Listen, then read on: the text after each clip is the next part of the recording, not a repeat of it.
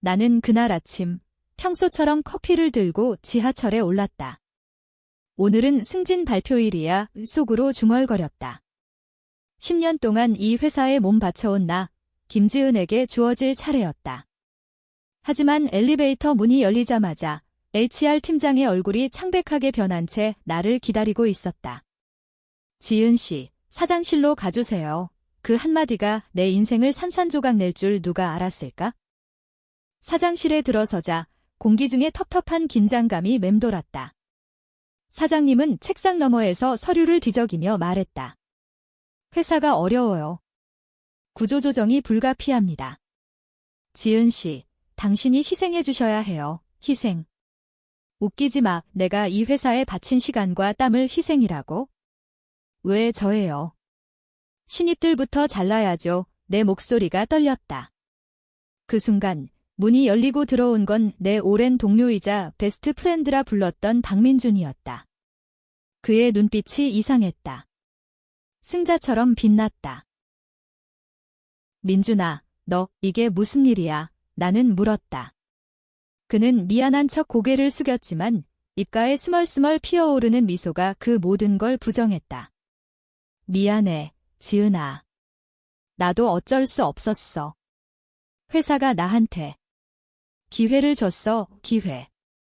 그 순간 모든 게 이해됐다. 민준이 나를 배신한 거였다. 내가 개발한 프로젝트 아이디어를 훔쳐 상사에게 바치고 내 실적을 깎아내린 거, 그는 내가 대신 짊어진 그 모염 사건의 비밀을 이용해 나를 함정에 빠뜨린 거였다. 10년 전 우리 팀은 환경오염 프로젝트를 맡았다. 민준과 나는 밤낮 없이 일했다. 그런데 실험 중 발생한 화학 유출 사고. 회사는 은폐하려 했고 나는 그걸 대신 덮었다. 민준이 증거를 숨기라고 설득한 탓에 나는 죄책감에 사로잡혀 입을 다물었다. 내가 가족을 위해 일한다고 했잖아. 나도 그래. 그의 말에 속아 넘어간 게 내 인생 최대의 실수였다. 이제 그는 그 비밀을 무기로 나를 쫓아내려 했다. 해고 통지서에 서명하라는 펜이 내 손에 쥐어졌다. 이 조항과 퇴직금은 3개월치 급여야. 절약이네. 사장님의 말에 나는 이를 갈았다. 집으로 돌아온 나는 울분을 삼키며 합동을 펼쳤다. 먼지 쌓인 서류 더미 속에서 그날이 왔다. 변호사인 언니가 보낸 합동 검토 메일. 지은아, 이 조항 봤어? 장기 근무자 보호 조항. 10년 이상 근무 시 부당 해고 시 5배 보상금 지급. 숨겨진 거야. 회사 변호사가 놓친 거이. 내 심장이 쿵쾅거렸다. 5배. 내 연봉 1억 원 기준으로 15억 원? 아니, 프로젝트 기여도 추가하면 수백억. 이게 내 무기였다. 다음 날 나는 회사로 돌아갔다. 아니, 법정으로 갔다. 소송을 제기한 거다. 부당 해고입니다. 그리고 그 오염 사건, 제가 대신 짊어진 죄책감 때문에 변호사는 내 증언을 바탕으로 회사를 압박했다. 민준의 얼굴이 창백해졌다. 그는 로비에서 나를 기다리며 속삭였다. 지은아, 그만해. 나한테도 가족이 있어. 웃기지 마. 내 가족을 위해 내가 희생했는데? 법정 첫 심리에서 판사는 회사의 은폐를 지적했다. 환경오염 은폐는 형사 범죄입니다. 직원 보호 조항 위반으로 보상금 50억 원 지급 명령. 회사가 날아간 금액은 그뿐만 아니었다. 언론이 달라붙었다. 대기업 환경 스캔들. 주가가 폭락했다. 민준은 해고됐고 사장님은 사임했다. 하지만 내 가슴은 여전히 무거웠다. 이게 정말 정의인가? 내가 숨긴 비밀이 세상에 드러난 순간 나는 자유로워졌지만 동시에 모든 걸 잃었다. 심리가 계속되면서 민준의 반격이 시작됐다. 그는 증언대에 서서 눈물을 흘리며 말했다. 지은 씨가 오염 사건을 주도했어요. 제가 막으려 했는데 거짓말. 그의 눈빛이 여전했다. 그 뮤애무한 놈. 변호사는 증거를 제시했다. 이메일 로그. 민준이 나에게 은폐 지시한 기록. 법정은 소란스러워졌다. 피고 측, 조작 증거 제출, 판사의 망치 소리가 울렸다. 밖에서는 시위대가 모였다. 환경단체들. 대기업의 더러운 비밀, 플래카드가 나를 영웅으로 만들었다. 하지만 나는 영웅이 아니었다. 그날 밤, 나는 호텔방에 틀어박혀 술을 마셨다. 왜 나만? 왜 내가 민준의 배신이 아팠다. 우리는 대학 시절부터 친구였다. 함께 서울의 빡센 IT 업계에 뛰어들었고 서로의 꿈을 공유했다. 지은아, 우리는 함께 성공할 거야. 이 그의 말이었다. 그런데 이제 그는 나를 짓밟고 올라섰다. 회사는 절박해졌다. 화해 제안을 했다. 100억으로 합의해. 하지만 나는 거절했다. 이건 돈이 아니야? 복수다. 숨겨진 조항 하나가 내 인생을 바꿨지만 그 뒤에 숨은 진실을 파헤치고 싶었다. 조사 중 더 큰 비밀이 드러났다. 오염 사건은 우연이 아니었다. 회사가 비용 절감을 위해 안전 규정을 무시한 거였다. 그리고 그 책임자. 민준의 상사, 이제 사장인 최 회장. 그는 민준을 이용해 나를 희생양으로 삼은 거였다. 나는 언론 인터뷰를 했다. 이 회사는 직원을 도구로 봅니다. 저처럼 10년 바친 사람을 절약 명목으로 버려요. 제목은 숨겨진 조항, 숨겨진 진실. 기사가 터지자 주주들이 반발했다. 최 회장 퇴진, 시위가 확산됐다. 민준은 나에게 연락했다. 지은아, 만나자. 모든 걸 털어놓을게. 카페에서 만난 그는 지쳤다. 미안해. 최 회장이 나를 협박했어? 가족 사진을 보여주며 내가 안 하면 지은이가 위험해라고. 거짓말. 그의 손이 떨리지 않았다. 나는 녹음기를 켰다. 구체적으로 말해. 오염 사건의 진실. 그는 주저하다가 입을 열었다. 회사가 중국 공장에서 유출된 화학 물질을 국내로 들여왔어. 비용 절감 때문에. 사고는 피할 수 없었고 너를. 미안. 그 녹음이 결정타였다. 다음 심리에서 재생됐다. 민준은 배신자에서 증인이 됐다. 하지만 그의 눈빛은 여전히 날카로웠다. 이게 끝이 아니야. 지은아, 그의 속삭임이 귓가를 스쳤다. 보상금은 200억으로 늘었다. 회사는 파산 직전. 하지만 내 마음은 평화롭지 않았다.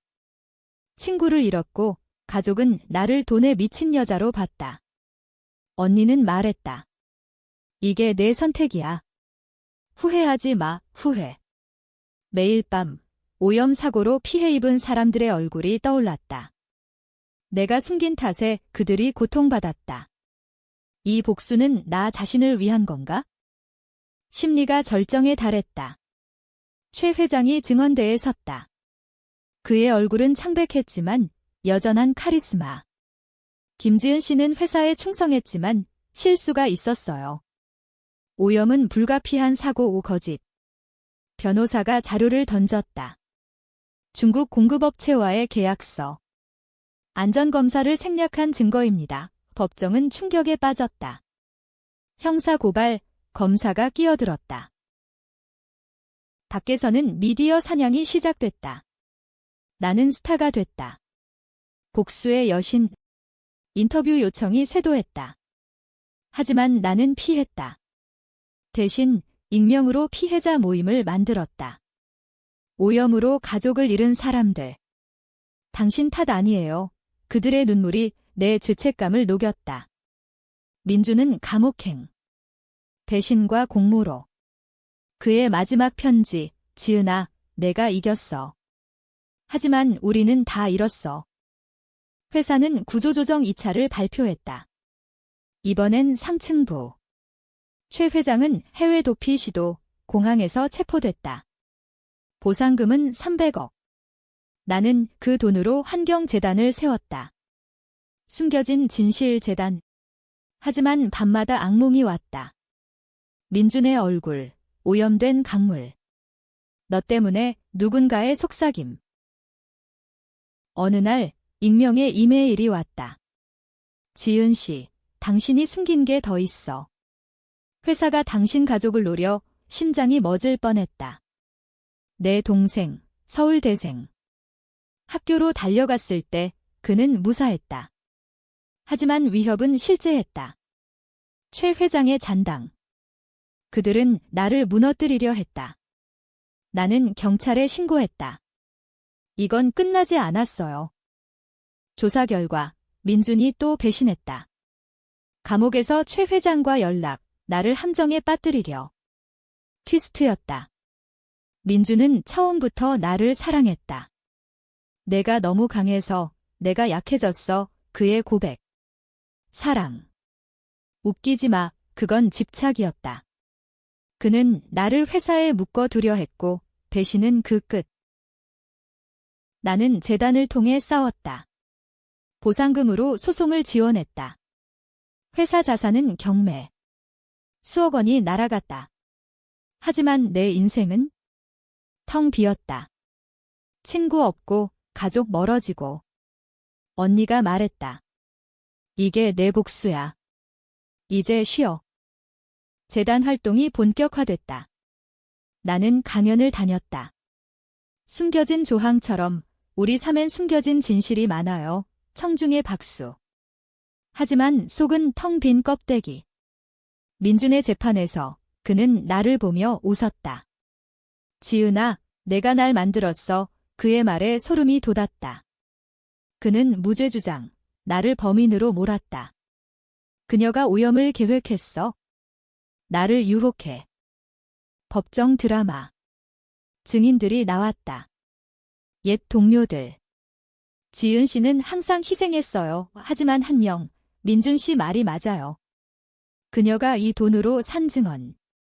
회사의 마지막 발악. 나는 무너질 뻔했다. 왜 나한테만 눈물이 흘렀다. 그날 밤 자살 충동이 왔다. 강변에 서서 오염된 물을 봤다. 이게 다 내 탓인가? 핸드폰이 울렸다. 동생. 언니, 와줘. 무서워 달려가니 집에 침입 흔적. 최 회장의 부하. 나는 총을 들었다. 아니, 경찰을 불렀다. 이제 그만. 최종 심리. 판사는 말했다. 피고 최 회장, 10년 징역. 보상금 500억. 회사는 해체됐다. 민준은 종신형. 그의 마지막 말, 사랑했어. 지은아, 역겹다. 나는 재단을 키웠다. 환경법 개정 운동. 장기 근무자 보호 강화의 승리. 하지만 트위스트.